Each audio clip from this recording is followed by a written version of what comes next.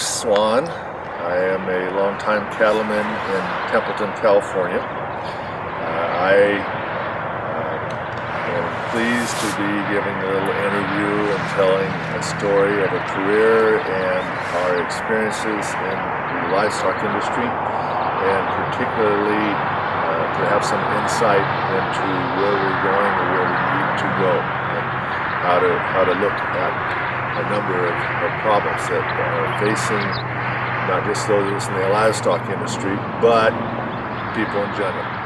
Besides, I have basically worked with hundreds of the top cattlemen in the western United States. I built a career in the California Cattle Services, doing cattle artificial insemination, doing bull fertility evaluation.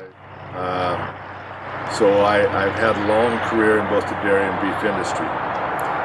We've been a registered Angus breeder, registered breeders now for about 30 years, but we have an extra dimension that most cattlemen do not have, and that is we've been involved with the byproduct feeding program that gives us a bank account, essentially of stored feed for when we have a drought.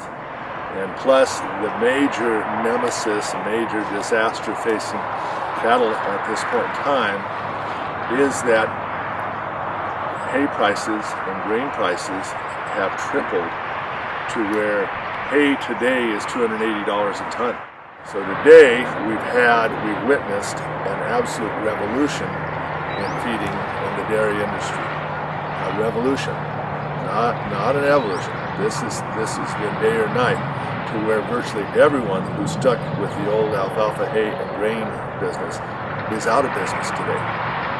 Did not survive it. So therefore, in my industry, in my career, I had been tuned into byproducts since I started back in 1970. And I got an opportunity early on to visit every byproduct feeding operation up and down the state of California and even to Yuma, Arizona.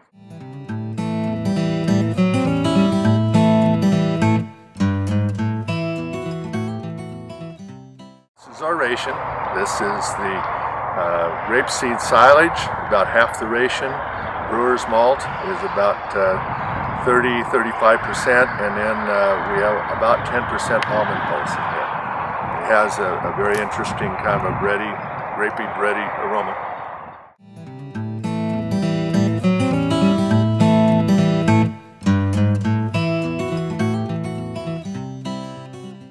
This is the brewer's grains, or spent grains. The dairyman calls it malt or brewer's malt. This essentially is the barley after it is malted barley, which means it was sprouted. But basically, it has been ground and run through the hot water baths at the brewery, and then basically they took all the starches and sugar out of it. And this is basically like bran is the cell wall and the parts that were not dissolvable. But it's roughly 28% protein, about 50% TDN, total digestible nutrients. So it is a wet protein supplement. And basically all byproducts by definition are an incomplete feed. They're not a whole, they're part of a feed, a byproduct. And so therefore the key is, if you fed just this, cattle would not do that well. And basically, if you have to recombine it, strengths and weakness, complementarity wise, with other byproducts that will make this a more whole feed.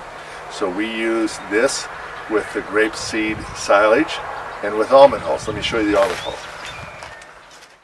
Hulls, you will have a few little sticks, you have a few shells, but essentially the hull, the meaty hull is a pretty good energy source. Now, hulls have decent energy, 20% more than what hay would be, but there's virtually no digestible protein in them. Guess what? We have brewer's malt that's 28% protein. If we want to end up with a feed that's 14 to 16%, we have two things we can mix together that aren't bad. But our grape silage becomes half our ration too. So the 3 of them is what we use. We have a lot of white grapes. Now we work strictly with white grapes because the reds have already been fermented in their skins. And number 1, the skins are not as good. Number 2 is there's more tannins collected there. And number 3, it's 11% to 12% alcohol. And cattle don't get drunk very well. This is the seed and the peel from a grape crush. They call it a grape hummus at the winery. We call it a grape seed silage. Basically, we have an airtight package, and it is an anaerobic process which can last for as long as 3 years. Because we are importing nutrients from our feed source, our byproduct feed source with the grape hummus and the brewer's malt with almond hulls, that basically the cattle are putting as much manure down in nutrients as they are grass out. They're putting out more. So therefore the pasture gets richer and more productive every year. We're improving the fertility of the pastures.